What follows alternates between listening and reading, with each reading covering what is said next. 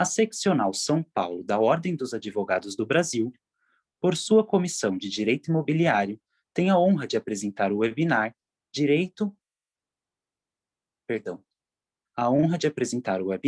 Abuso de Direito nas Relações Condominiais, evento promovido pela referida comissão e pela Coordenadoria de Direito Condominial, com apoio da Comissão de Cultura e Eventos da OAB São Paulo. Informamos que este evento compactua com os Objetivos de Desenvolvimento Sustentável, um pacto firmado entre a OAB e a ONU. Com a palavra, senhoras e senhores, o nosso ilustre doutor Rodrigo Carpati, coordenador da Coordenadoria de Direito Condominial da Comissão de Direito Imobiliário da OAB São Paulo. Doutor, a palavra é sua. Boa tarde a todos. Estamos transmitindo ao vivo para todo o Brasil. Agradecer inicialmente o presidente da Ordem dos Advogados do Brasil de São Paulo, Dr. Caio Augusto, o seu vice-presidente, Dr. Ricardo Toledo, e o presidente da Comissão de Direito Imobiliário da OAB São Paulo, Rubens Carmelias, que não pôde estar presente também. Hoje, teríamos uma sessão da Comissão da Coordenadoria de Direito Condominial, dentro da Comissão do Direito Imobiliário, mas transformamos essa reunião num webinar em função do doutor Adriano Elias Oliveira ter aceito o nosso convite. Doutor Adriano, já agradecendo a presença do mesmo, ele que é defensor público aqui em São Paulo, advogado, mestre em Direito Civil pela Pontifícia Universidade Católica, pela PUC, um exímio conhecedor do direito civil e com certeza vai nos abrilhantar hoje, uma pessoa que eu tenho a honra de chamar de amigo e de professor. Adriano, obrigado. Já temos aqui quase 190 pessoas, advogados que vão nos acompanhar ao longo desse webinar, e esse tema que é essencial para todos aqueles que militam na área do direito condominial, sejam síndicos, advogados, porque o abuso do direito, muito pouco discutido e muito bem pensado por você, vai com certeza trazer muita clareza sobre o tema e sobre as questões que o circundam. Quem tiver qualquer tipo de pergunta, por favor, no Q&A aí embaixo, o chat para comunicação direta com a OAB e o Q&A, as perguntas ao decorrer da palestra. Doutor Adriano, a palavra está contigo. Olá, doutor. Estamos entre amigos e vejo pelo número de inscritos que nós temos, constato que nós temos vários amigos aqui. Com certeza. E, evidentemente, vários profissionais. Eu falarei aqui rapidamente, abordarei a questão teórica do abuso de direito, por volta de 30 minutos. Falarei um pouco da teoria do direito à vizinhança, do condomínio edilício, e depois vamos abrir para os debates, que é a parte mais interessante aqui da nossa tarde. Pois bem, começando, espero que estejam todos bem, espero que estejam me ouvindo muito bem, o tema do abuso do direito. Abuso do direito. O que é um abuso? Do ponto de vista leigo, o abuso é um uso ilegítimo, um uso inadequado, excessivo, irregular de algo. No caso do abuso do direito, nós vamos verificar que os primórdios, esse tema, essa figura vai surgir na Idade Média. Por que na Idade Média?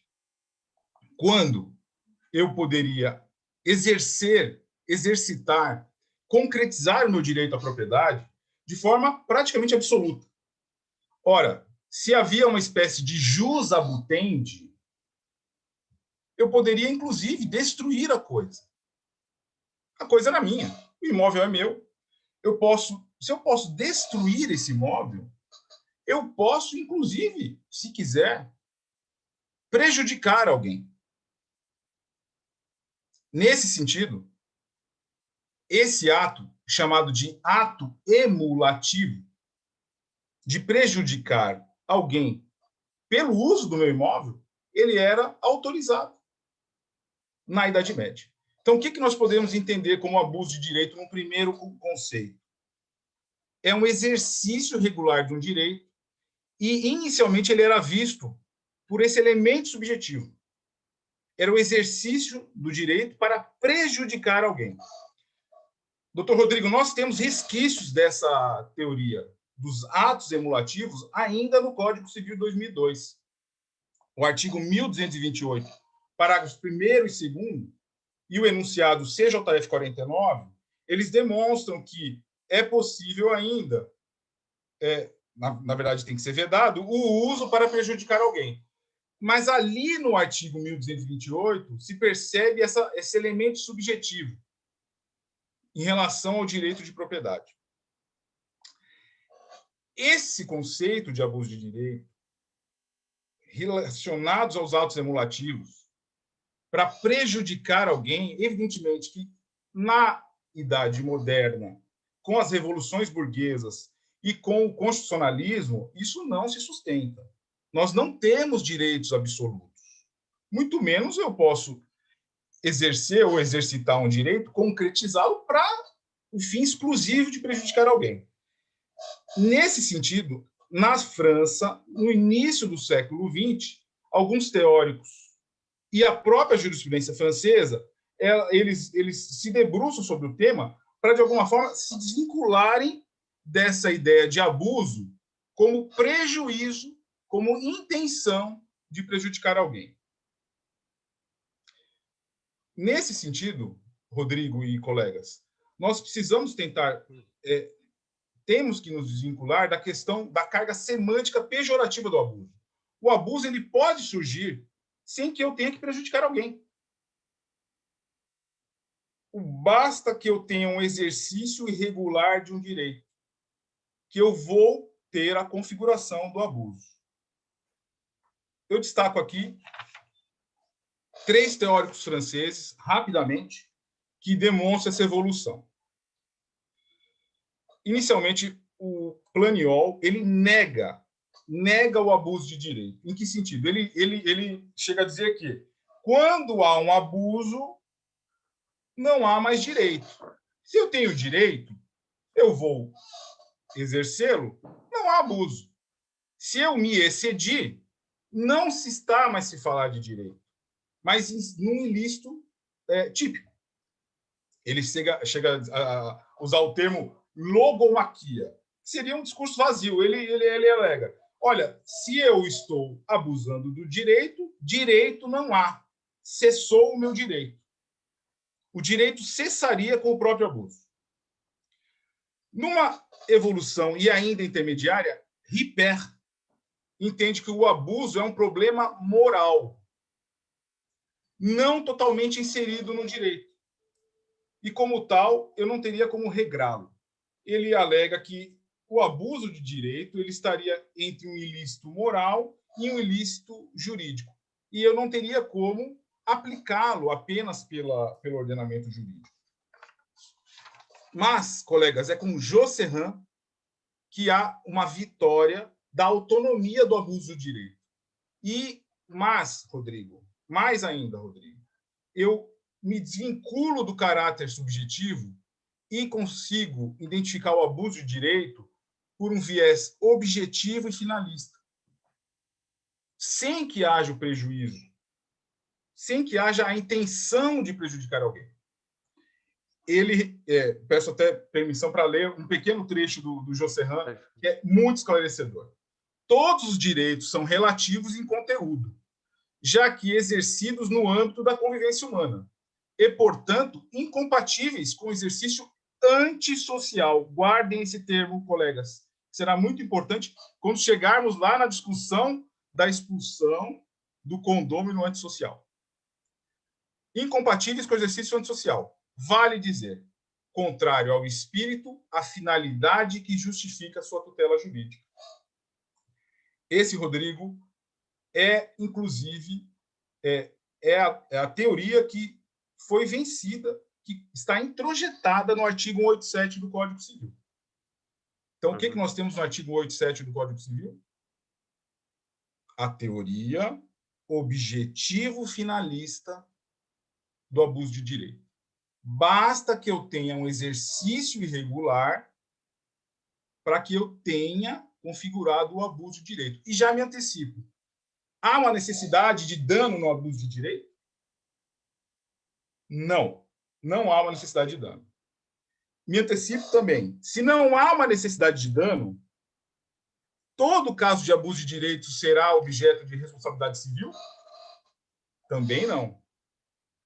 E se não há uma necessidade de dano e não terei uma responsabilidade civil, eu não terei a tutela repressiva, podemos concluir o quê, colegas? Que será possível uma tutela preventiva, inibitória, para evitar aquele abuso, para cessar aquele abuso e prevenir o dano. O Dr. Rodrigo é meu amigo e colega do mestrado, sabe muito bem que o professor Donini, a quem eu assisto, sou assistente no curso de mestrado da PUC, desenvolve com brilhantismo a questão da tutela da pessoa humana e a responsabilidade civil enquanto prevenção. O Rodrigo sabe muito bem disso. E é este tema aqui, fundamental do abuso de direito, da não necessidade do dano, que nos permite manejar o artigo 12 do Código Civil, cessar uma lesão a direito da personalidade, cumulado, como o Rodrigo cansou de ouvir do professor Donini, com o artigo 5º e 35 da Constituição Federal. Então, colegas, o que eu deixo claro aqui? Josserran supera Planiol, demonstra essa autonomia do abuso de direito. O artigo 187 do Código Civil assume essa teoria, que não está pautada na culpa do agressor e não está pautada no dano. Vamos à leitura rapidamente do artigo 187 do Código. Também comete ato ilícito o titular de um direito que, ao exercê-lo, excede manifestamente os limites impostos pelo seu fim econômico ou social, pela boa-fé e pelos bons costumes. O que eu posso dizer aqui, colegas, de plano, é que o artigo 187, além de introjetar a teoria de Josserran, ele é uma cópia do artigo 334 do Código Civil Português, que eu faço aqui a leitura rapidamente. É ilegítimo o exercício de um direito quando o titular excede manifestamente os limites impostos pela boa-fé, pelos bons costumes, pelo fim social e econômico desse direito. Ora, colegas, é uma cópia, com uma ressalva. Se vocês já perceberam de plano, o início do 187 fala também comete ato ilícito. Então, para o legislador brasileiro, pátrio, o abuso de direito é um ato ilícito. Para o legislador português, o abuso de direito ele é um ilegítimo exercício de direito. Então, este termo vai sim impactar em como a gente vai discutir o abuso e a natureza dessa figura jurídica. Por quê? Também comete ato ilícito porque o artigo 186 ele é o ilícito típico do direito civil. É o ilícito, digamos, subjetivo. E aqui eu teria, para muitos, o ilícito objetivo, com base naquilo que nós já falamos sobre as teorias. Só que é mais do que isso, colegas e Rodrigo. Quando eu digo que é um ilícito, ele não é um ilícito como o artigo 186. Então, eu tenho que considerar que o ilícito ele tem que ser amplo. O ilícito aqui do artigo 86, se assim entendemos, ele é um ilícito amplo que está relacionado ao quê? A contrariedade de normas jurídicas. Contrariedade ao ordenamento como um todo. É diferente do ilícito clássico e típico do 186, pautado na culpa e que demonstra, que exige a violação direta, frontal, a uma regra jurídica. Percebam aqui, colegas, a diferença de tratamento e o impacto disso. No ilícito do artigo 186, eu falo de violação de regra jurídica. Falo em culpa, falo em dano. No ilícito, entre aspas, já coloco entre aspas, o ilícito do 187, eu não falo em dano, eu não falo em culpa. Basta o mero exercício irregular do direito. Percebam, colegas, quão amplo é o conceito de abuso de direito. Ele não se encerra na ilicitude típica.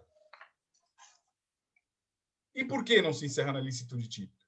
E, nesse sentido, a gente não copiou, nós não copiamos, Rodrigo, adequadamente o artigo 334 do Código Português, porque lá eles colocam o ilegítimo.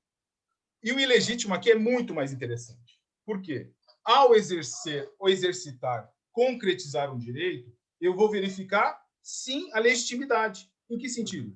Se aquele interesse daquele direito subjetivo ele está sendo adequadamente exercido. Eu não estou discutindo aqui, no abuso de direito, um ilícito, uma violação à regra. Não há, Rodrigo, violação à regra no abuso de direito. Ele é um direito. Eu simplesmente transbordo, cometo um descompasso no momento do exercício. O meu direito, ele exige que eu faça um exercício, que eu realize um exercício de acordo com o ordenamento jurídico. E isso é muito distinto do ilícito típico do 186. Tanto que a doutrina prefere usar não ilicitude e nem ilegitimidade. E eu concordo com a maioria da doutrina que considera que no ato abusivo, no abuso do direito, nós devemos falar em ato antijurídico. O elemento aqui é a antijuricidade. Um ato humano contrário ao direito, não só às regras. Então, retomando o início da nossa palestra, o abuso é o uso irregular, é o uso desproporcional, é o uso anormal. Mas e o direito? O que é o direito? Longe de mim, Rodrigo, definir o que é o direito aqui, em poucos minutos e poucas palavras. Mas a gente, evidentemente, vai ter um alargamento do conceito da noção de direito, que o direito não é apenas uma regra jurídica. Então, o ilícito, ele não vai ser a violação de uma regra jurídica. O abuso de direito não é isso. Ele é um ato contrário ao direito. Então, se ele é contrário ao direito e ele é contrário, não é contrário às regras jurídicas, onde estaria o abuso em si? Onde que o ato contrário abusivo ele viola o direito num sentido mais amplo? Esse ato contrário, ele tem um limiar muito grande com o ilícito, né? Aí que está o... Exatamente. E aí eu vou ter que alargar o conceito de direito e vou alargar as hipóteses de abuso de direito. Eu vou ter um exercício regular, eu vou ter o abuso de direito quando houver um exercício regular que não respeite valores e funções do direito. Então, valores. O que são valores para o direito? Valores jurídicos.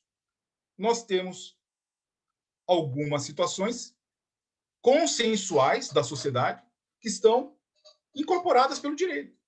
Então, rapidamente, que valores nós podemos verificar que são consenso na nossa sociedade? A democracia, a proteção à pessoa humana, a liberdade de expressão, a seguridade social, a solidariedade social. Então, são valores, pelo menos em tese, todos, enquanto brasileiros, deveriam ter isso como valores inafastáveis. Nem todos têm, em relação à democracia, em relação à pessoa humana, em relação à liberdade de expressão. Mas são valores que o direito incorporou. E o direito também tem funções. Qualquer aluno de primeiro ano ou de segundo ano, assim que ele começa a estudar a Constituição, ele verifica o quê? Que o direito tem uma função social. E vem à mente, rapidamente, a questão que podemos discutir aqui, inclusive vamos discutir mais para frente, né, Rodrigo? A questão da função social da propriedade. Então, a função social da propriedade é uma função do direito. Quando o direito confere a uma pessoa a titularidade de uma posição jurídica, ela exige, em contrapartida, que esta pessoa exerça seu direito respeitando esses valores e essas funções. Quando não se faz isso, quando a pessoa não respeita valor e função, estaremos diante de um abuso de direito. Rapidamente aqui, há uma pequena distinção de nomenclatura em relação a abuso de direito e abuso do direito. O abuso do direito, classicamente, é utilizado para direito subjetivo. Então, seria um termo mais restrito, assim como a gente viu a questão lá da licitude e da ilicitude. O abuso do direito, ele dá a entender que eu estou falando de um direito subjetivo. Apenas isso. De fato, se pegarmos a disposição literal do artigo 187, dá a entender que eles falam que a dicção da norma é apenas relacionada a direito subjetivo. Seria mais interessante, aqui eu vou utilizar os dois termos, Rodrigo, mas seria interessante ter em mente que o abuso de direito, ele é mais amplo e se relaciona a qualquer posição jurídica, qualquer situação jurídica subjetiva. Logo, aqui, no abuso de direito, eu teria incluído o direito subjetivo, o dever jurídico, o direito potestativo, ônus ou qualquer interesse jurídico aqui que deva ser exercido de acordo com o seu valor, de acordo com a sua função. Perceba aqui, Rodrigo, aqui já pensando num tema para a discussão, que o síndico ele não abusa apenas do direito.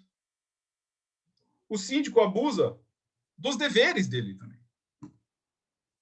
Quando o artigo fala compete ao síndico, eu tenho direitos e deveres ali, eu tenho atribuições. E não apenas em relação aos direitos do síndico que eu terei o abuso. Eu poderei ter abuso do dever. E se formos pensar na função do síndico, na atribuição do síndico, ele tem algum direito?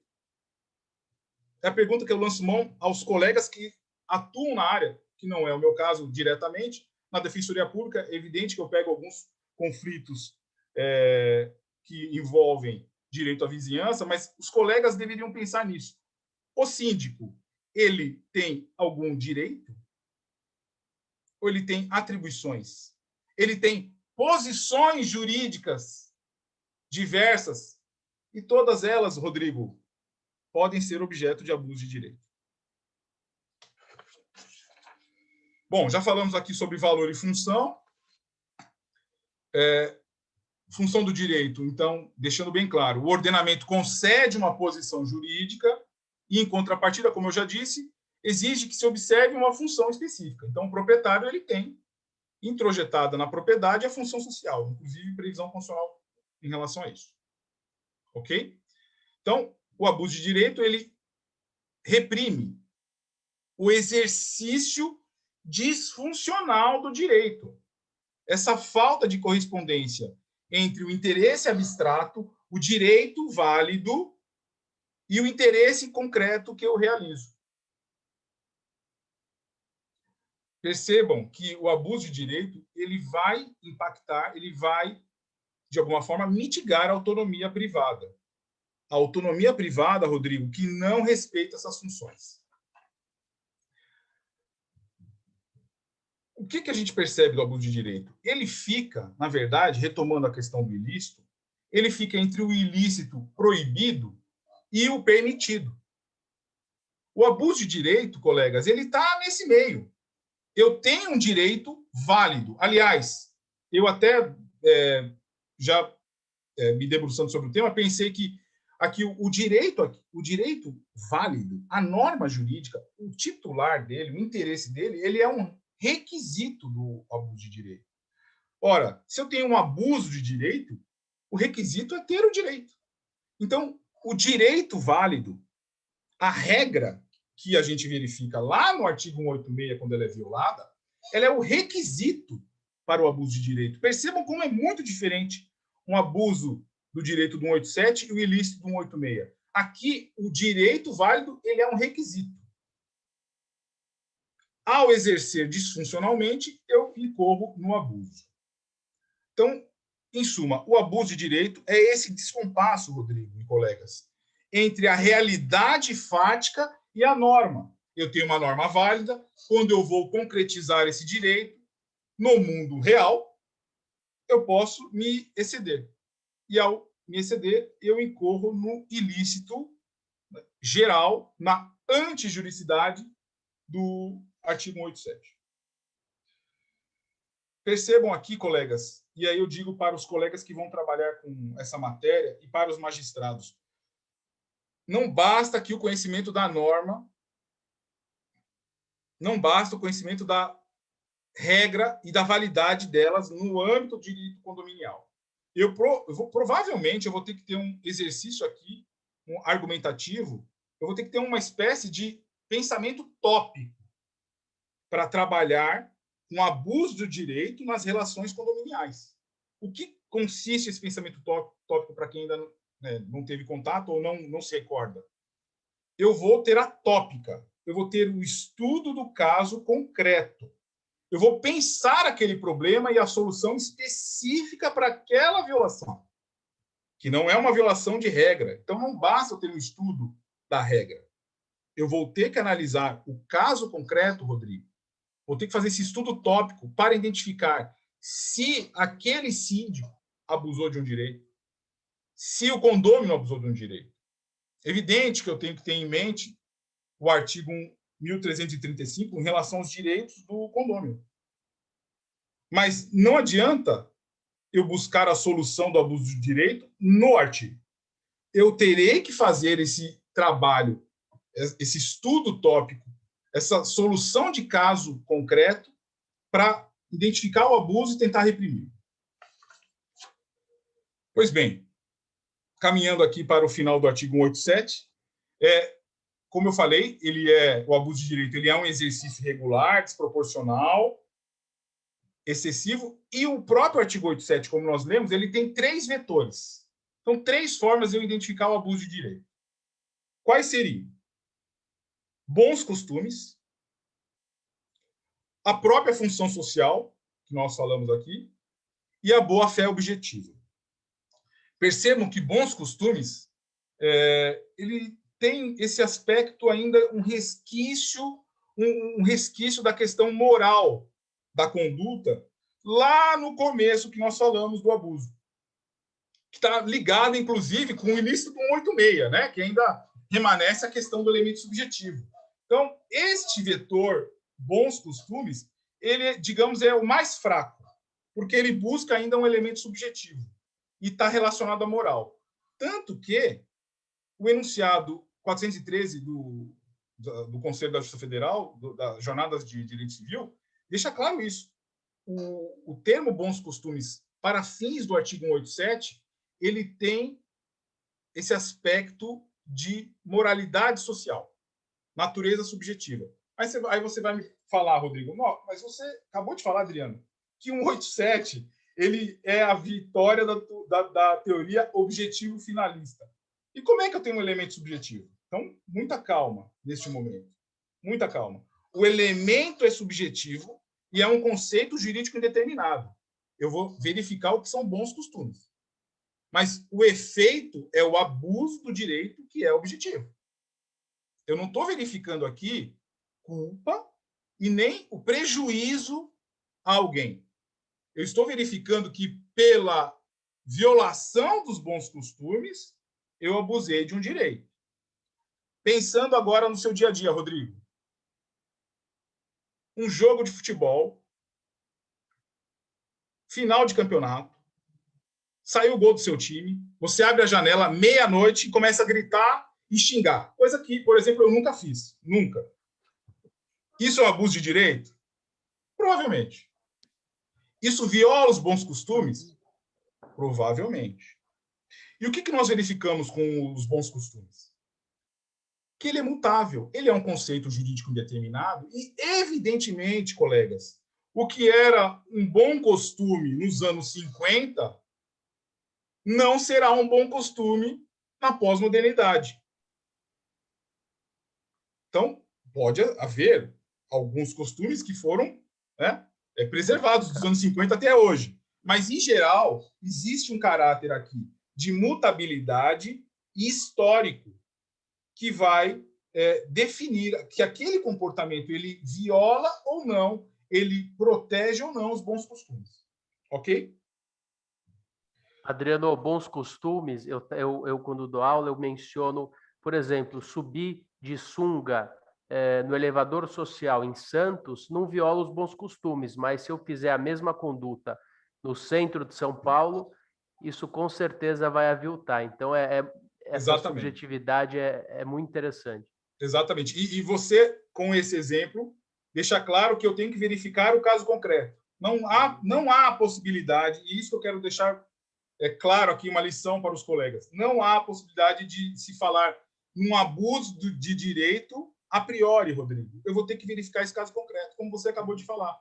Inclusive, perceba, a mesma conduta num ambiente diferente, distinto, ela pode violar os bons costumes, pode não observar os bons costumes, como proteger os bons costumes. Né? Bom, seguindo aqui. Função social, a gente já falou basicamente o que é a função do direito, e a boa-fé objetiva. Essa sim é a mais complexa. E eu não vou deixar aqui os colegas com sono explicando todo o complexo tema da boa-fé objetiva. O que eu posso deixar claro aqui, colegas e Rodrigo? A boa-fé objetiva aqui, ela não pode ser, a gente não pode identificar, indo já ao final dessa questão da boa-fé, a gente não pode identificar toda e qualquer violação da boa-fé como abuso de direito. Se assim o fosse, Rodrigo, não havia necessidade do artigo 187. Bastaria que houvesse a própria violação à boa-fé objetiva, que eu identificaria, nesse caso, uma violação, a configuração do abuso de direito. Então, só para deixar claro, a boa-fé objetiva ela é um dos elementos, um dos vetores do abuso de direito. Nós temos esses três e podemos até imaginar aqui, não é o escopo da nossa conversa, que qualquer exercício disfuncional pode configurar o abuso. Não necessariamente, Rodrigo, essas hipóteses desses vetores. Eu posso identificar uma função relevante do direito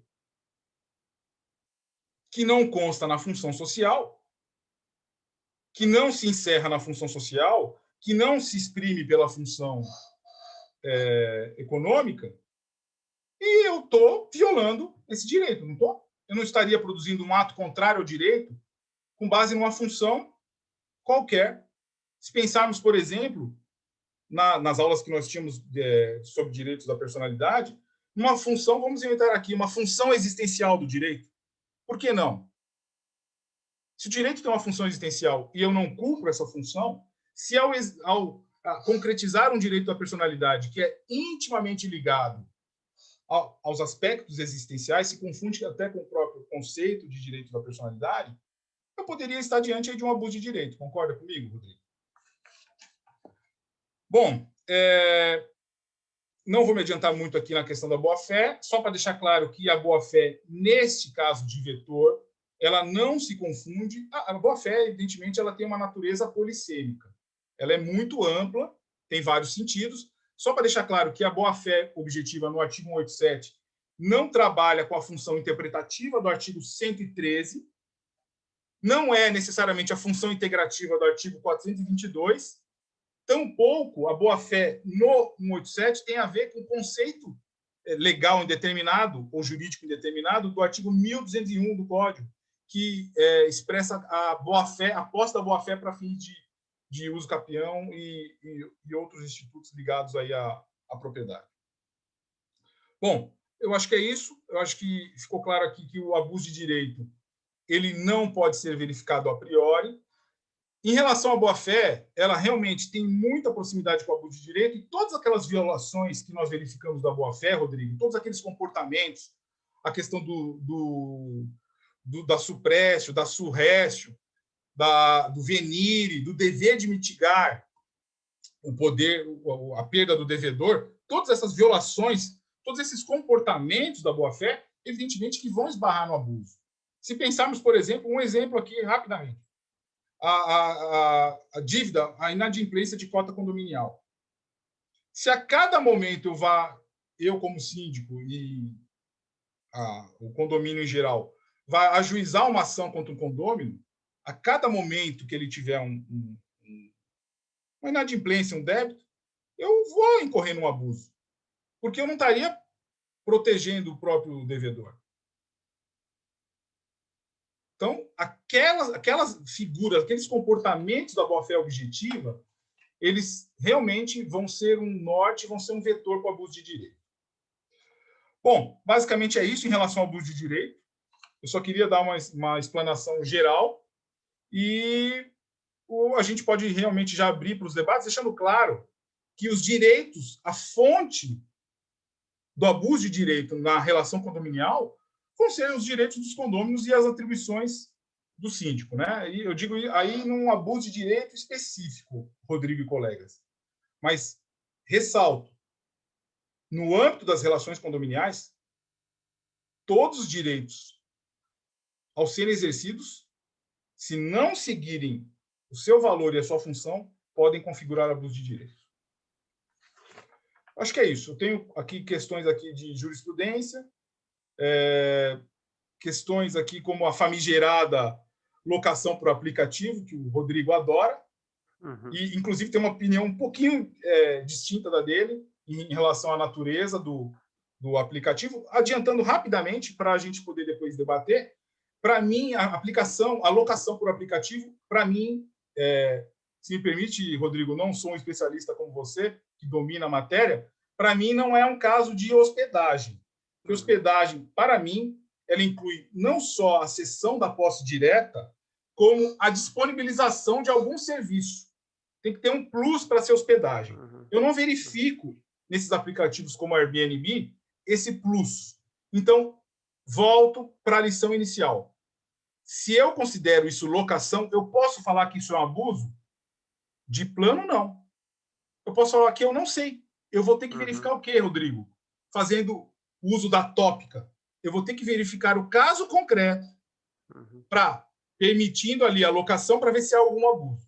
Evidente que se você considerar que é uma hospedagem e a hospedagem está vedada, se ela estiver vedada, se houver uma regra que veda a hospedagem, estamos diante do artigo 187? Não. Estaremos diante do 186. Estaria violando uma regra específica. Isso, daí a gente vai para os bons costumes. E a própria hospedagem, por exemplo, numa instância climática tolerada pelo condomínio, talvez tenha um outro viés do que uma hospedagem num prédio residencial, estritamente residencial em São Paulo. Exatamente. Mais uma vez, o suporte fático vai ser fundamental para a configuração ou não do abuso de direito. Evidente que quem considera hospedagem vai considerar que não há o requisito do abuso de direito, como falamos. Não há o requisito do direito à locação, né? Que aí seria uma hospedagem. Então, tudo vai depender de como nós vamos enquadrar essa situação. O que eu posso afastar de plano do abuso é se considerarmos uma hospedagem. Acho difícil falarmos em abuso. O abuso vai ocorrer se considerarmos uma locação. E aí, como você falou, dependendo do contexto que é concretizada essa locação, aí nós podemos verificar o abuso.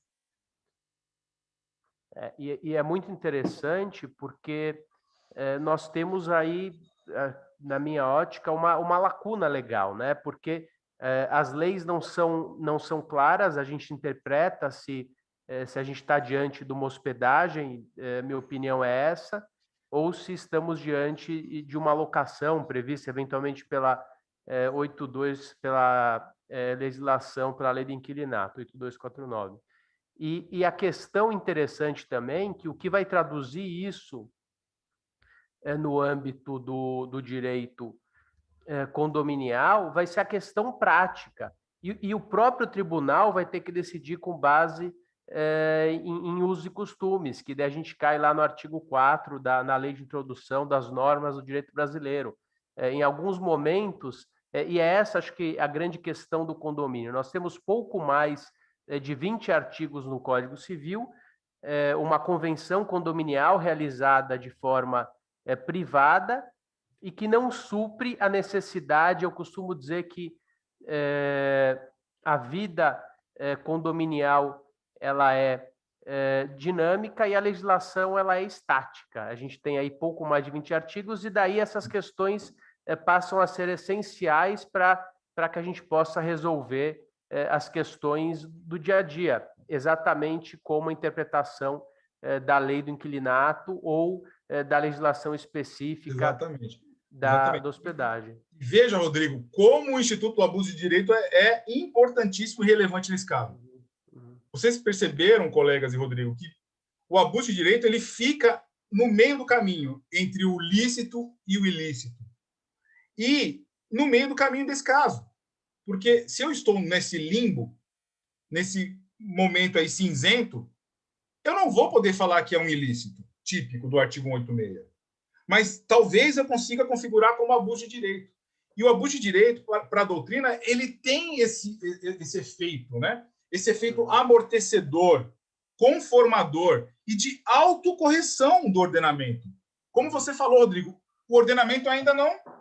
Né? O legislador ainda não se debruçou sobre isso. Uhum. Ele não sabe como fazê-lo ainda. Talvez nunca saiba. Né? Uhum. E a gente fique na questão jurisprudencial, inclusive com julgados do STJ, né? E do tribunal aqui. Agora, o abuso de direito ele vai servir para essa autocorreção. Eu não tenho ainda uma regra jurídica que permita ou proíba. Então, eu tenho que verificar se esse direito, na prática, ele é abusivo com base em valores e em funções do próprio ordenamento, já que regra não há, permitindo ou proibindo. Então, perceba como o abuso de direito é fundamental nesses aspectos. Adriano, fazendo o dia a dia dos condomínios, que é a questão da responsabilidade civil, isso está diretamente ligado ao abuso de direito. Tá me ouvindo bem? Minha internet acho que deu instabilidade.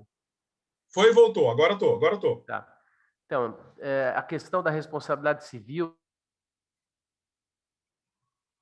do direito, se é o ilícito, nós temos questões que também são derivativas em função da omissão. Então, você está falando em ação. E a omissão no exercício da função, ela pode também... A omissão pode ser considerada um abuso de direito? Claramente. Um ato contrário por ação ou omissão. Então, um síndico que se omite, e nós verificamos isso em vários aspectos, eu prometi que eu não falaria do síndico do meu prédio, eu não estou falando dele, mas um síndico que se omite, ele abusa, e um síndico que se excede também abusa. O excesso pode ocorrer pela omissão. O abuso, melhor dizendo, pode ocorrer pela omissão, porque ele deixa de exercer, deixa de exercitar, deixa de concretizar aquele direito como deveria. E não é só um direito, né, Rodrigo? Nós estamos falando de posições jurídicas. Então, se ele tem um dever e não o cumpre adequadamente, se ele não cumpre, há uma violação à regra do dever. Mas e se ele cumpre, mas não cumpre adequadamente? E se ele faz, mas não faz adequadamente? Não faz adequadamente? Se omite parcialmente, digamos assim. É evidente que caberá aí uma configuração, vai configurar isso como abuso. Então, ação ou omissão é verificar no caso concreto se há uma disfunção ou não. É isso. A gente sabe que o síndico ele está numa posição de garantidor. O síndico, a responsabilidade civil do síndico ela é um pouco maior ou muito maior do que a de qualquer um. Qualquer um que cometa um ato ilícito, 186, combinado com 927, fica obrigado a repará-lo. Mas o síndico está na posição de garantidor, porque a lei impõe a ele o status de conservar a guarda e a manutenção das áreas comuns. Então, é muito claro que a omissão desse gestor gera uma responsabilidade muito maior em casos de tanto de ação quanto omissão. E derivado a isso, por exemplo, nós temos, não sei se você chegou a ver uma jurisprudência de um síndico no âmbito criminal que foi preso pelo não pagamento de INSS dos funcionários. E alegava no acórdão, alegava em sua defesa, tá, isso consta do acórdão, que ele delegou para a administradora as funções administrativas. E a sentença é muito clara que algumas responsabilidades são personalíssimas. E ele delegou o indelegável, né? Exatamente. No caso, exatamente. Ele não poderia delegar. Eu acho que nesse caso a gente vai ter aí o ilícito típico evidente, um ilícito penal, e na esfera civil o ilícito do artigo 186, que vai gerar aí a responsabilidade pelo dano evidente, né? Então, só ficar claro isso. Não há necessidade de dano no caso do abuso, né? Então, o síndico, ao se omitir ou agir, mesmo que ele não produza dano, ele incorre no abuso. E, o mais importante, uma tutela inibitória preventiva para evitar esse abuso e evitar o próprio dano, né? Nesse caso, não havia como, né, Rodrigo? Pelo que você fala, simplesmente ele se desincumbiu de um ônus que ele não poderia fazê-lo e incorreu no ilícito penal, criminal, a violação à regra jurídica, como a gente falou no início da nossa exposição.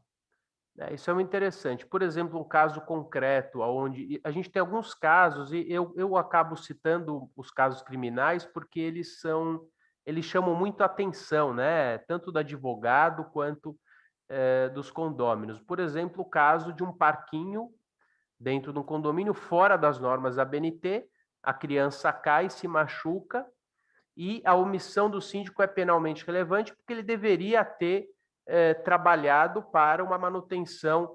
Não vou nem falar que ela estava, por exemplo, não cumpriu só a norma da BNT, ele estava quebrado o parquinho, a criança caiu e se machucou. Então, essa omissão é penalmente relevante, esse síndico responde, inclusive, por lesões corporais, tirando o âmbito civil. Então, isso é muito claro sempre nesses exemplos, e é um abuso pela omissão, porque ele tem o dever de cuidar dessas áreas comuns.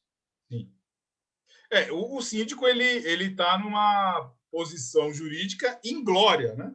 Ele tem muita responsabilidade, né? Ele tem um poder-dever aí. Então, vai ser muito comum, pela prática que você tem e os colegas têm, de verificar inúmeros ilícitos.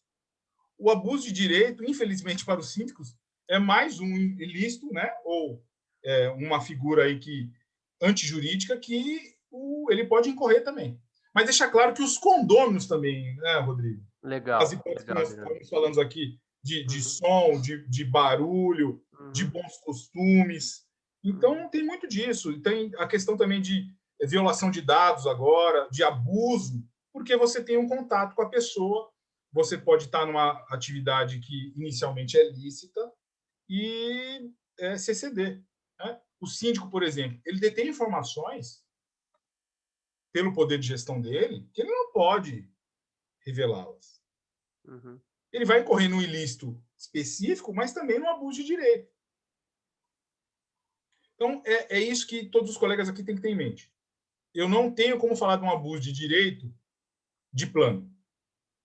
Eu vou ter que analisar o caso concreto, verificar a questão de haver ou não o requisito. Como eu falei, para o abuso de direito, o requisito é, sim, a norma válida, é, sim, a posição jurídica válida.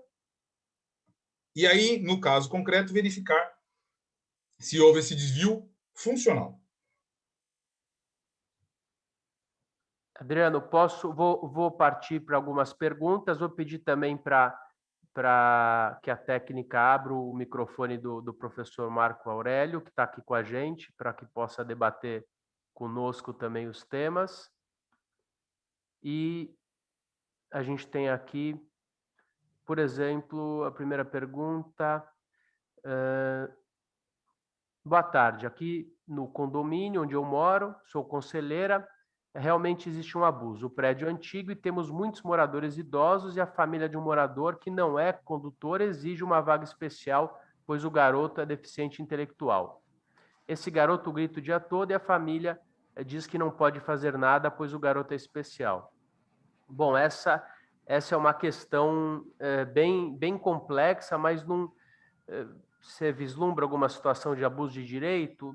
Talvez não, porque o síndico não é obrigado a conceder uma vaga especial em função da condição daquela pessoa. Existe um código específico de acessibilidade, para o deficiente visual, intelectual, mas não menciona a obrigatoriedade de uma vaga específica, menciona sim a facilitação de parada de automóvel, enfim. E o fato dele gritar o dia inteiro, da mesma forma que a família tem deveres, ela tem direitos, ela também tem deveres. Então, aí pode ter um abuso, sim, né? Não sei se você quer comentar, de um lado ou de outro. É uma situação complexa nesse sentido mesmo, Rodrigo, porque eu acho que pode verificar se há essa vaga ou não, né? E aí sim verificar se haveria um abuso ou não. Se houver acho que são duas questões aí, são duas questões. A vaga ou não e o problema que a pessoa gera trazendo barulho incômodo. Se há essa disponibilidade da vaga, eu não vejo problema em concedê-la à pessoa, né? E aí sim poderia haver um abuso, porque se ninguém está utilizando, veja, aí a omissão poderia caracterizar esse abuso. E do lado do condômino, também precisa ver se há essa necessidade premente da vaga.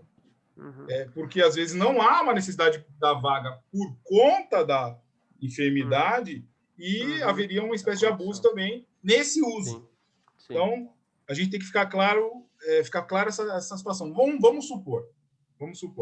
Eu como síndico, concedo essa vaga.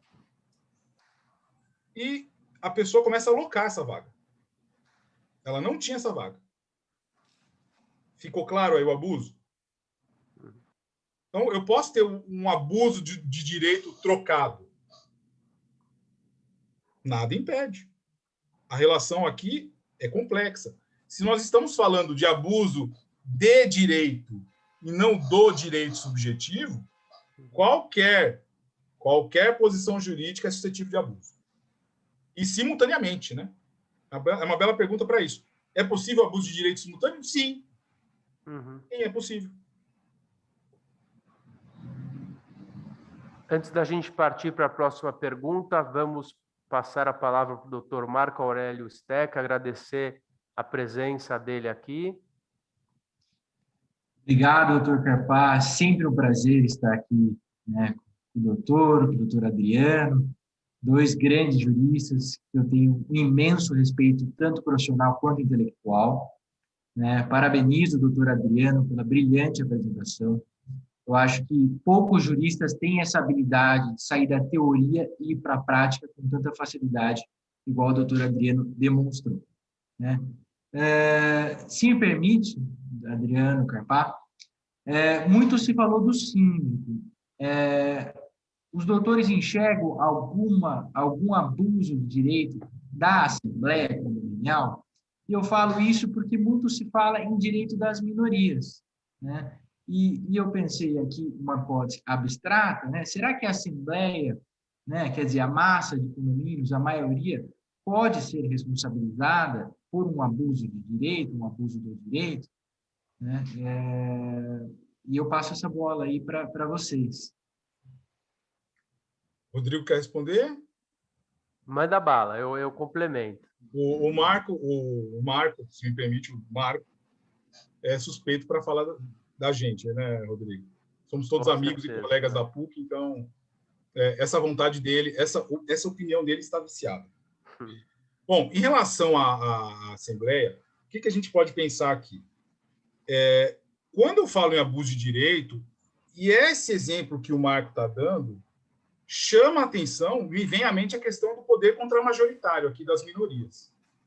Então, primeiro verificar se a gente está falando em direitos de ambas as partes, e aí eu teria uma espécie de ponderação entre esses direitos, ou eu estou falando de exercício de direitos que podem configurar o abuso de direito por duas partes. Nesse caso, pelo que o Marco relata, o ato é só da maioria da Assembleia que estaria realizando uma espécie aí de, digamos, de violação de algum direito da minoria, né? Então, volta aquela mesma questão, Marco.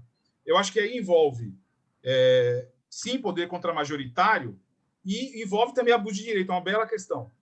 Então, primeiro, verificar se esse ato desta maioria da Assembleia, voltamos à questão inicial, ele viola uma regra jurídica, e aí sim teria um ilícito comum, ou ele excede algum direito específico e válido como requisito do abuso. Então, até conversando com o Marco, acho que foi essa semana ainda, a gente estava discutindo sobre isso, né, Marco?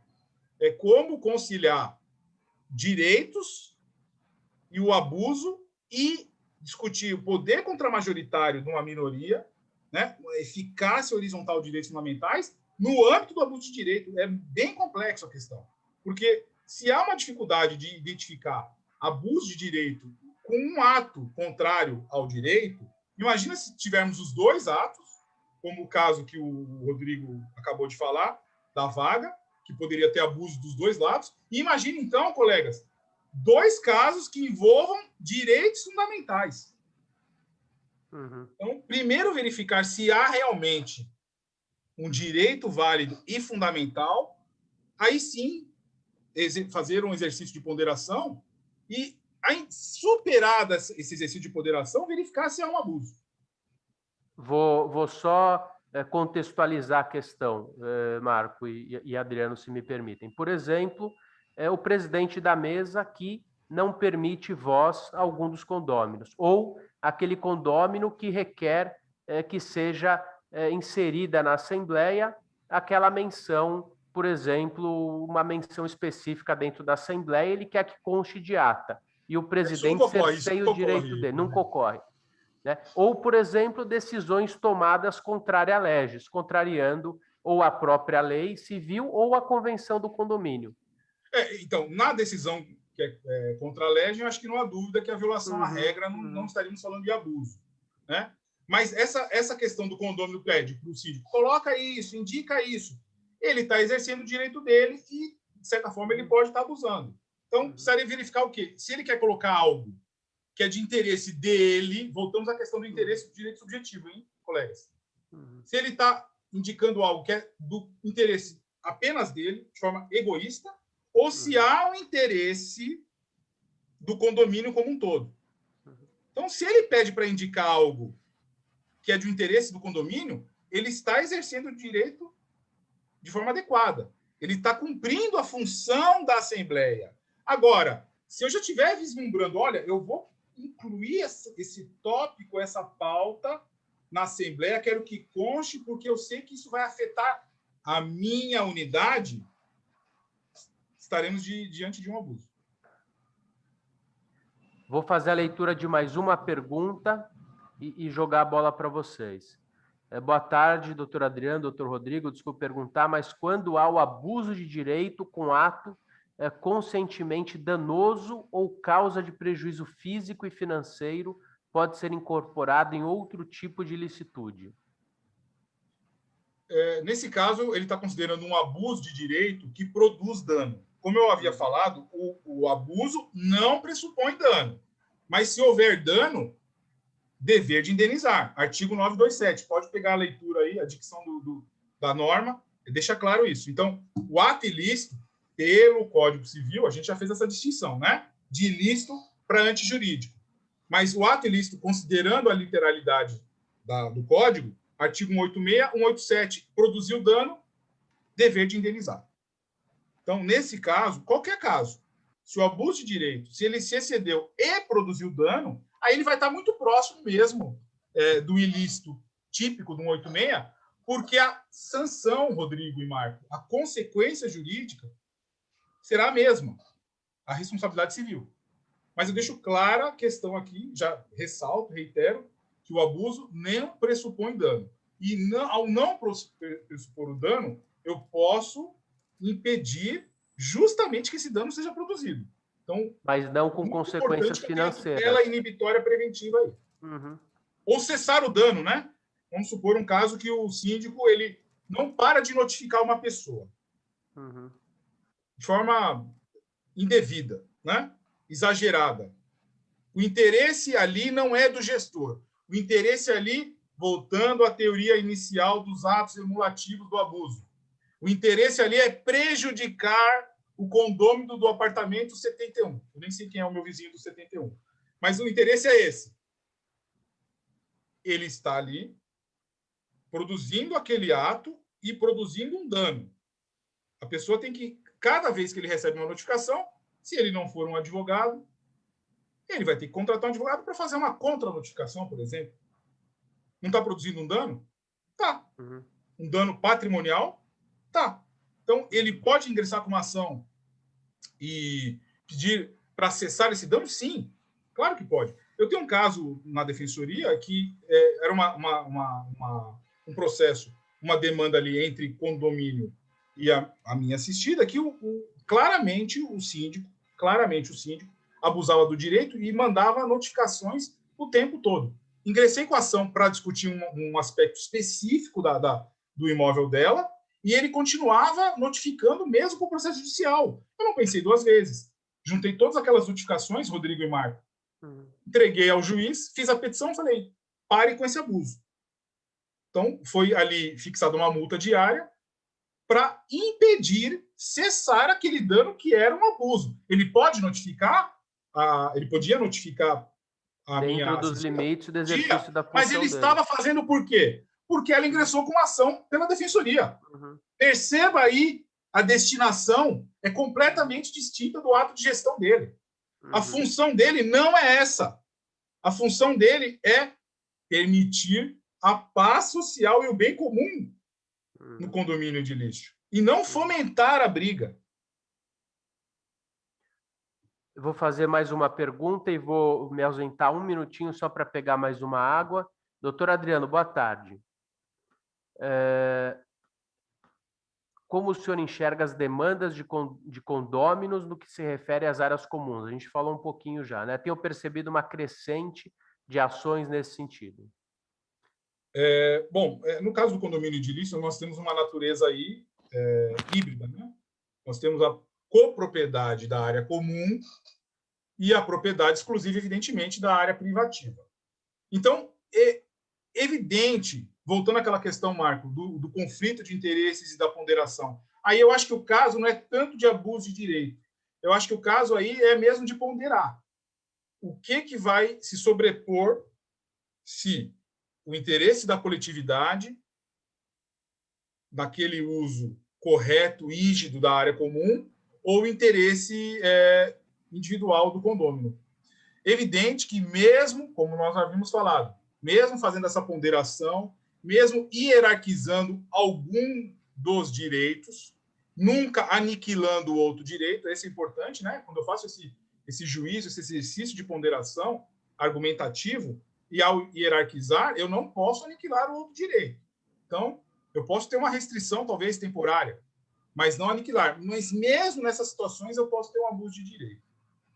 Eu não sei o que você acha dessa situação. Inclusive, nós temos julgados em relação a isso, né? Discutindo, e eu vou ter que verificar novamente o caso concreto. Sim. Não tem saída fácil, né, Adriano? Não dá para falar nem A, nem B, em abstrato, e até lendo um caso, assim, né? Por escrito é difícil falar. Né? Depende muito do caso concreto, das provas juntadas, etc. Faltam detalhes, né? Faltam detalhes. Tórdidos e jurídicos.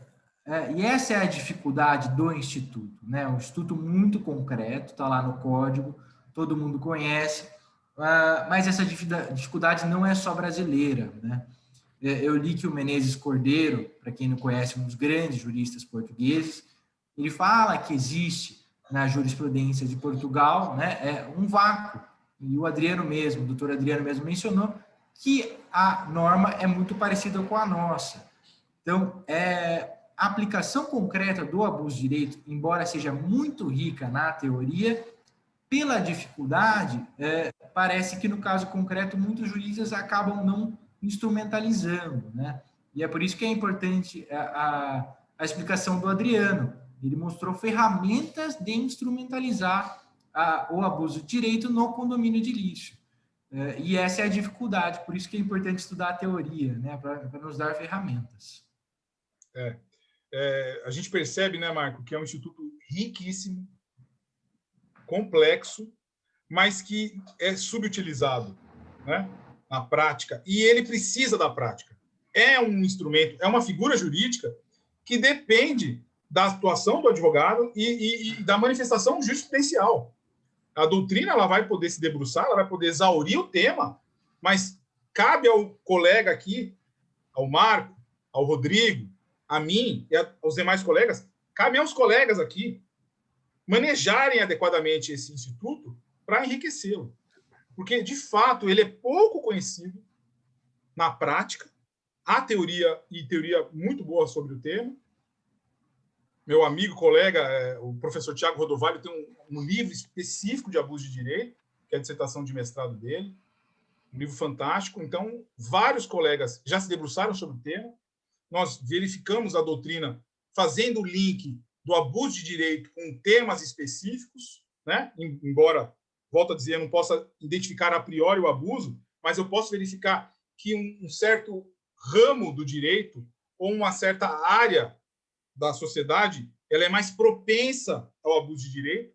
E eu fiquei muito feliz com a escolha do tema, porque ao estudar o abuso de direito, Marco e Rodrigo, nós verificamos que ele é assim, uma figura fundamental nas relações condominiais.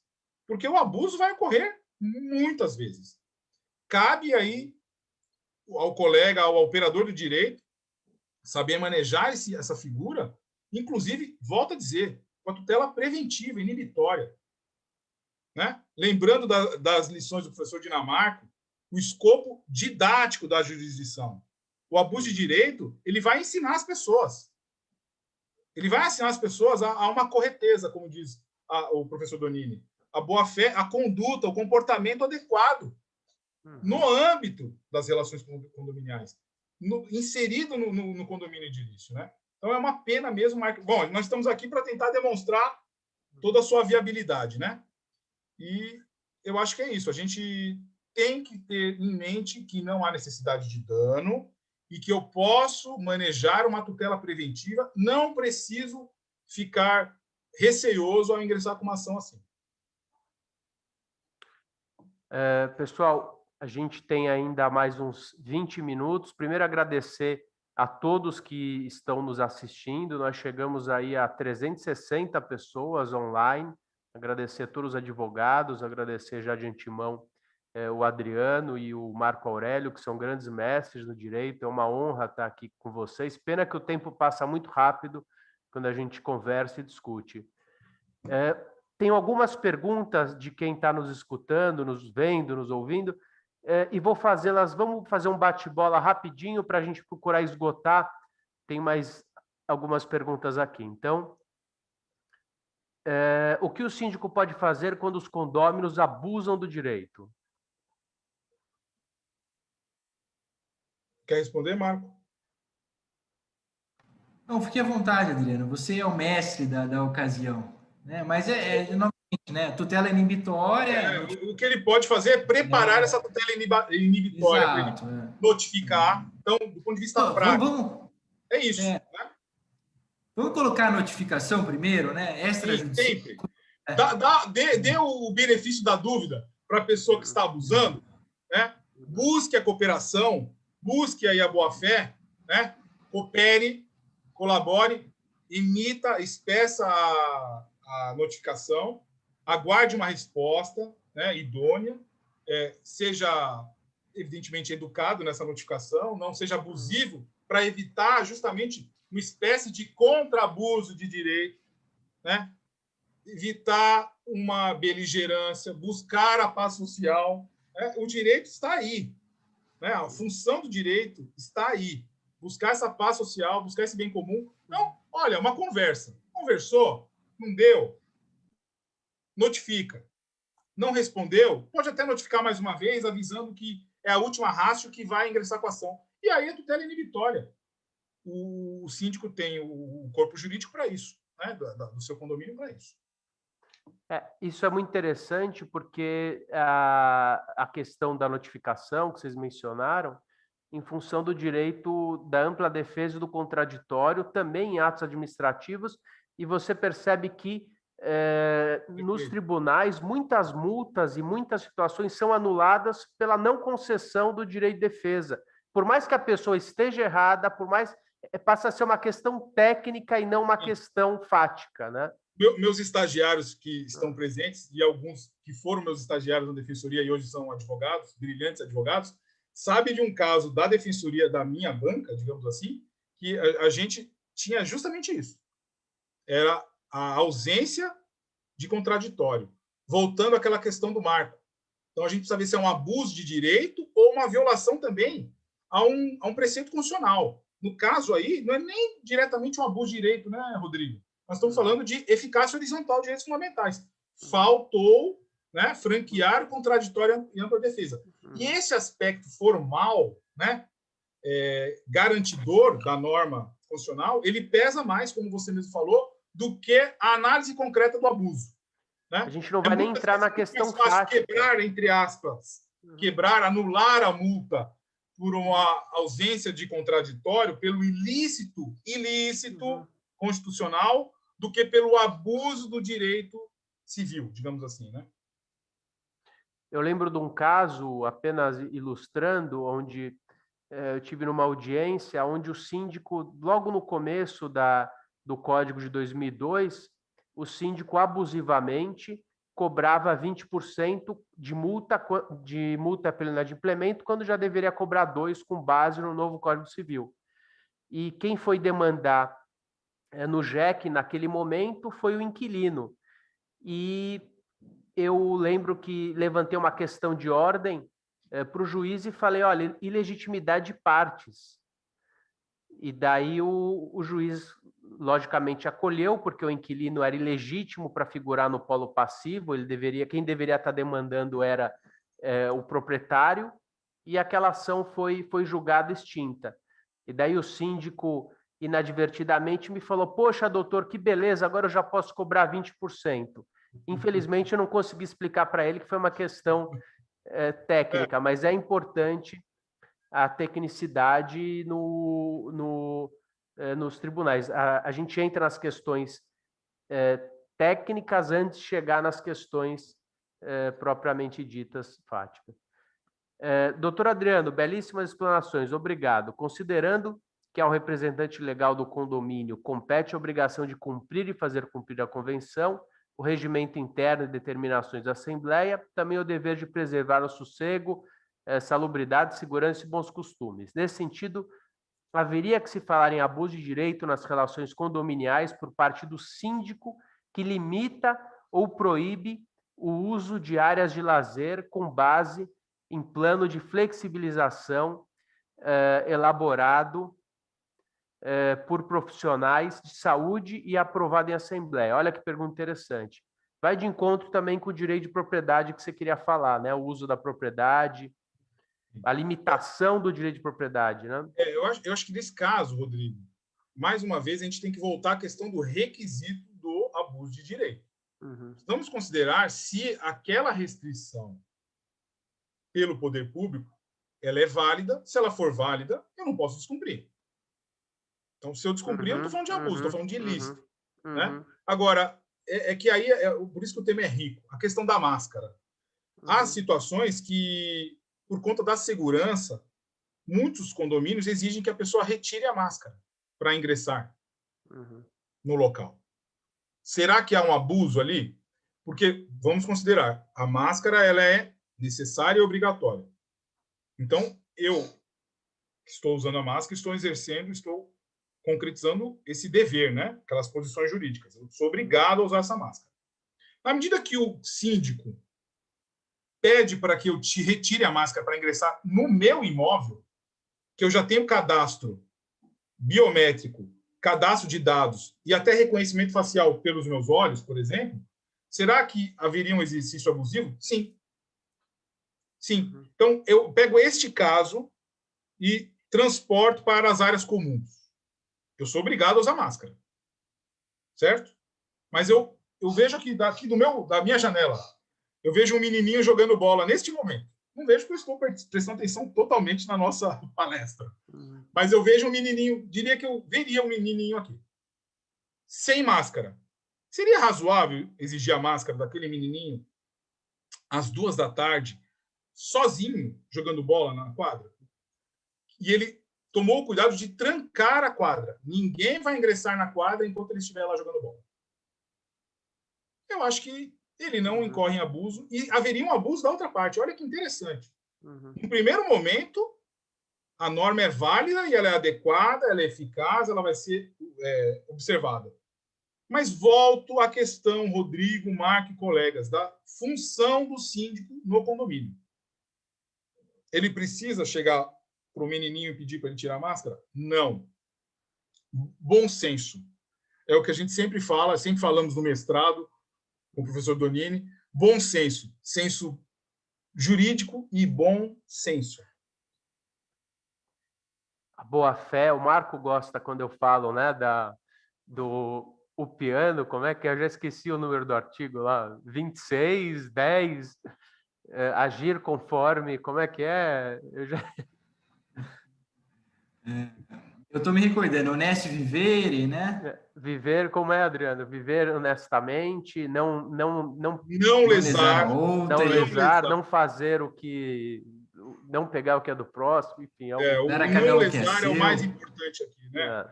Não lesar, né? O abuso de direito não pressupõe o lesar, mas não pressupõe o dano, mas nós estamos falando de lesar no sentido amplo, né? Não lesar o ordenamento, evidentemente não lesar a pessoa, mas tenha uma atuação proba, né? Eu acho que o síndico ele tem esse poder, ele tem essa responsabilidade e ele tem essa necessidade de ser probo e de ser mais calmo, mais sereno. Ele precisa de serenidade no trato dessas relações.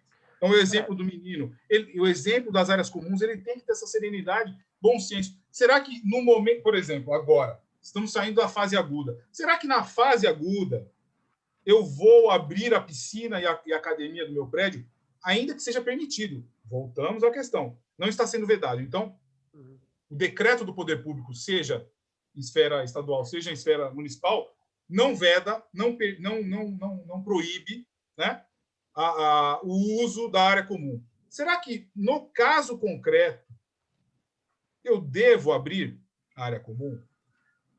E vamos pensar, se a maioria, voltando à questão do marco, se a maioria delibera para abrir a piscina, será que uma minoria não teria um poder contra-majoritário pautado na saúde da coletividade? Ou ainda um direito individual mesmo?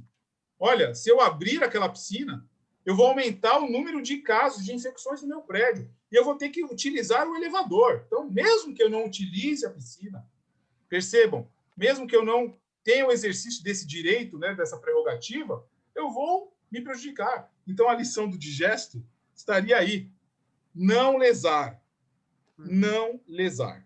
Mas é um limite muito tênue também, né? Porque o princípio da legalidade, o princípio da anterioridade, então a lei não impõe a situação, a gente cai de novo na lei de introdução das normas do direito brasileiro, os usos e costumes, os bons costumes, a moral, a boa-fé, o que seria razoável nesse momento. E a questão, acho que mais importante para o condomínio é entender se o gestor condominial tem ou não esse poder. Discute-se, eu entendo que sim, o 1348.2 dá ao síndico esse poder, e algumas vezes ele submete a massa, a outra não, mas o fato dele submeter ou não a massa não quer dizer que ele vai se livrar de um abuso de direito ou não, ou ele vai se respaldar de um ato ou não. É muito complexo, não existe uma resposta. Queria ouvir o comentário de vocês, já chegando aí para o final da nossa apresentação. Eu acho que se o síndico ele é sujeito, né, em várias hipóteses de abuso de direito, ele tem que ter esse poder também. Então, eu concordo com você inteiramente. Ele tem um poder amplo. Ele tem que ter esse poder amplo. Muitas vezes, ele vai ter que agir de forma rápida, eficaz, e não será possível ouvir a maioria. Ele vai ad referendum depois. Mas no primeiro momento ele vai ter que agir. E será responsabilizado, né? Dever de pelo reparação. abuso no exercício da E função, o abuso pelo da abuso tutela do direito. preventiva. Então, assim, eu acho que aí tem um espectro assim de poderes e deveres, né? Um poder-dever, as atribuições que eu acho que tem que ser amplas dele. Ele tem essa missão dentro da relação condominial. Então, acho que é isso que é claro. Aqui, a ideia não é demonizar o síndico nem os condôminos. Muito pelo contrário. É demonstrar que o abuso ele existe e nós devemos evitá-lo.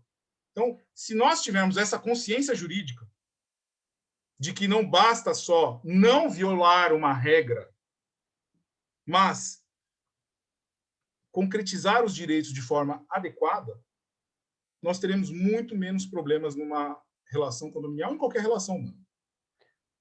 Você falou em demonizar o condomínio, lembrei agora do nosso querido Silvio Capanema, que completaria anos nesse mês.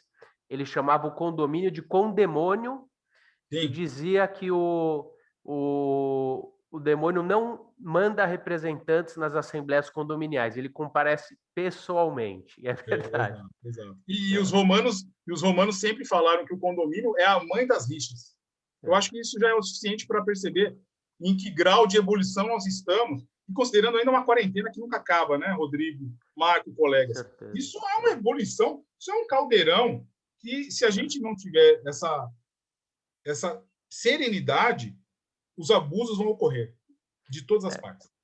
Tenho falado constantemente que o condomínio ele é o reflexo da sociedade. Então, as pessoas vivem nos condomínios e se a sociedade está num momento conturbado, os nossos condomínios estão. A gente tem alguns agravantes no condomínio, porque antigamente nós morávamos nos condomínios residenciais. Hoje nós moramos, os nossos filhos estudam e nós trabalhamos nesses mesmos locais. Então, e as regras continuam as mesmas. A convenção permite a reforma, só que no mesmo período do passado, nós estaremos levando os filhos na escola, indo para o trabalho. Nós permanecemos no condomínio durante a reforma. Então, essas convenções também precisam ser adequadas, a gente precisa trabalhar com normas transitórias. É um momento muito complexo, muito bem colocado. É uma quarentena, Adriano, que não finda e provavelmente vai prevalecer ainda por um bom tempo. Infelizmente. Marco, considerações finais. Agradeço demais a sua presença, agradecer que você ministrou aí também algumas palavras importantes. É sempre importante a sua presença. Foi um prazer, né? É um tema muito prazeroso, né? Vamos falar a verdade, é gostoso ser discutido. Eu acho importante esse intercâmbio entre juristas e profissionais do direito, até para a gente conseguir manejar, no caso concreto, com facilidade o Instituto. Eu acho que ficaram várias questões ainda a serem debatidas, respondidas, né? Como quantificar esse dano eventualmente existente, mas tudo isso leva a gente crer com muita firmeza que é um instituto muito rico e que deve ser aplicado, né? Então, aqui eu encerro minha participação, agradeço pelo convite, doutor Carpati, pelas palavras, doutor Adriano, aprendi muito mais uma vez com vocês. Obrigado. Doutor Adriano, por favor. Eu agradeço, eu me sinto honrado, que estou entre colegas, entre amigos, né, da Defensoria, da Advocacia, da PUC, e eu espero que eu tenha passado o mínimo aí de conhecimento para os colegas, para que eles possam realmente ter essa consciência, manejar o Instituto, manejar as ações judiciais e eventualmente, quem não é o profissional do direito, que também tenha essa consciência e que a gente possa viver de forma mais pacífica possível. Eu agradeço e muito obrigado. Até a próxima. Adriano, foi realmente fantástica a sua palestra, o seu conhecimento jurídico é ímpar, é um prazer ouvi-lo falar. A gente está aqui há 1h30 debatendo, o tempo passou muito rápido.